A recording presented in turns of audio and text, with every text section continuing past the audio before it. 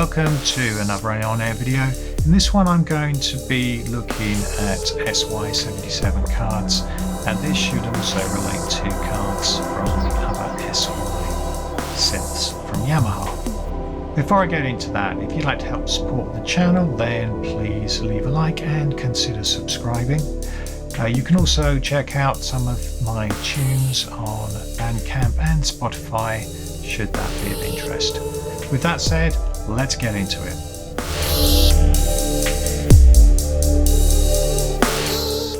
I bought this synth about 2 to 3 months ago. One of the things that attracted me to it was, well, A, it was local, so it wasn't too difficult to go and get. It was a decent price, but it also came with loads of sound cards. Now, this has always been a great money maker for synth companies, but to a large extent you don't really need them. If you look at a slightly older synth like the D50, then they had a similar set of cards, but it was just patch data, and it's very easy to copy that data and then send it to a PC and send it back up, so you don't really need the cards. If you're a bit of a collector, then you may well want the cards, and at one time I did have all of the D50 cards, but then I kind of realized that I didn't need them and sold them again. And I think it's much the same for many of the other synths as well. But there is something different about the SY cards, and that is that they don't just have patch data, they have waveform data. So if you want to be able to get the full range of sounds a synth is capable of, you're going to need to be able to plug that waveform data into the synth. Otherwise you're just stuck with what the synth comes with. It's worth saying that's not too much of a limitation, because you've got a very capable FM synthesizer and there is a good range of sample sounds already in there. But for completeness and also collectability, I had a good start and I was tempted to get some more. I thought, well, you know, maybe I can get the full set. That would be nice, wouldn't it? Things didn't work out quite the way I thought they would. Here's the first hint of an issue I had, which I'll show you now. Let me see if I can find the appropriate patch. And it's very important that when you are putting the cards in, that you turn the synth off. At least that's what I've read. I must admit, it took me a while to realise I needed to do that, and I haven't damaged them yet.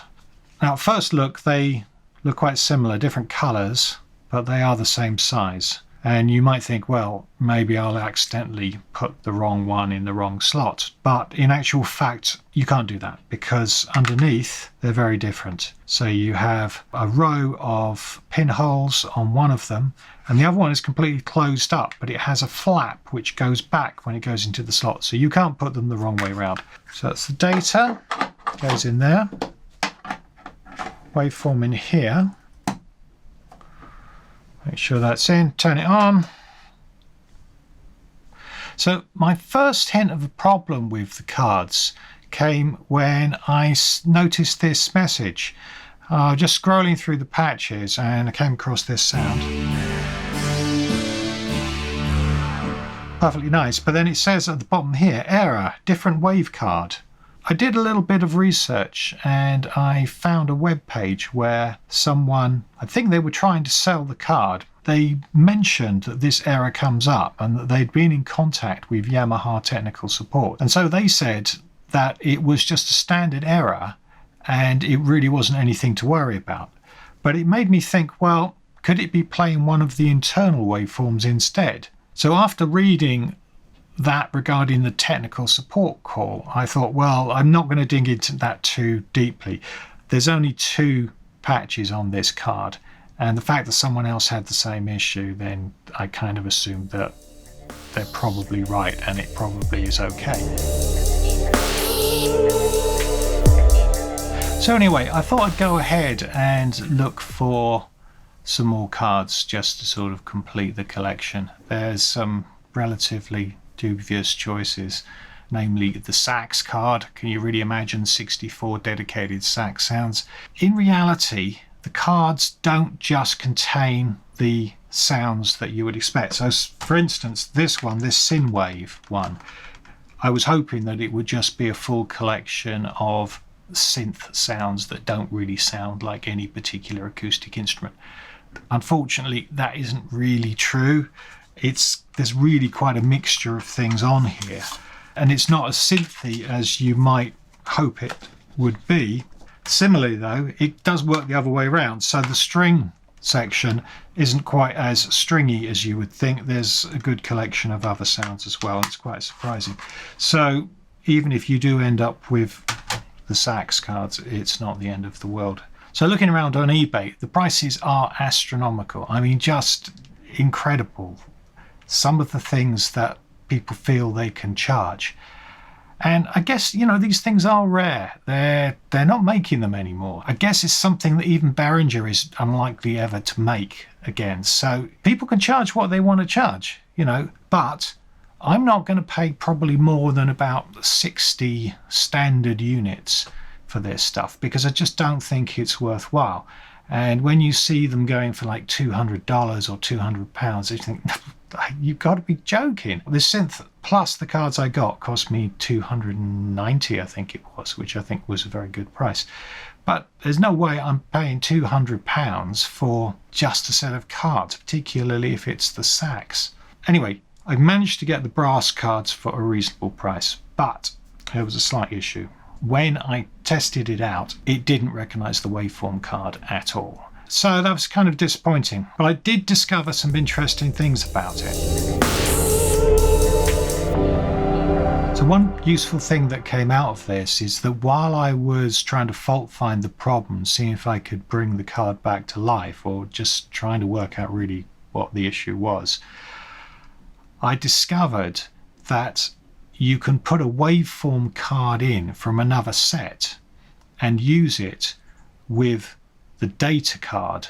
You get an error message which says it's the different wave card, but it still uses it anyway. So if we listen to this, so I'm using the brass data patch and I've got the strings waveform card, and it just uses what it finds. It doesn't seem to really care about that at all. It's got an error message, but that's it. So that means that there could be some interesting coincidences that might come out of that, where you could end up with some relatively unique patches simply because you're using the wrong waveforms. So it might be worth exploring. If you've got more than one card, you might want to try mixing them around and seeing what you come up with.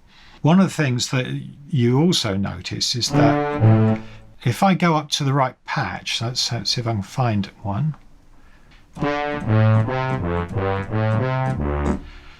So with this one, you can see there's no error message, and the reason for that is because it's not using the waveform card.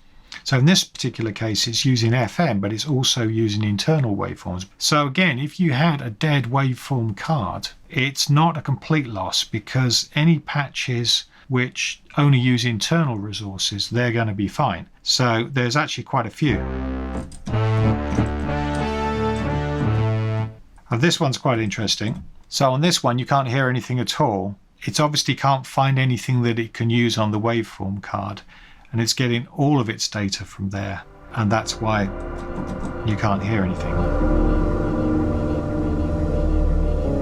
Okay, so there's been a bit of an update to the story, and while I was preparing for this video, I was just looking at the contacts on the brass waveform card, and I noticed that while I couldn't see any reason why they wouldn't make contact, they weren't perhaps as clean as they could be. So I thought, well, there's nothing to lose. If it's broken, it's broken. So I got a bit of WD-40 and just peeled back the cover and then cleaned it with a cotton wool bud and tried it again. And amazingly, just now, it started working. Well, almost. When it first started to work, I was getting some interesting digital artifacts coming from some of the sounds, all kinds of very unusual things. A lot of distortion and kinds of crazy stuff, but it seems to have gone now. So I'm just thinking, I've plugged it in and unplugged it several times now, but with the benefit of the cleaner, plus combining the fact that I've been moving the card in and out of the slot.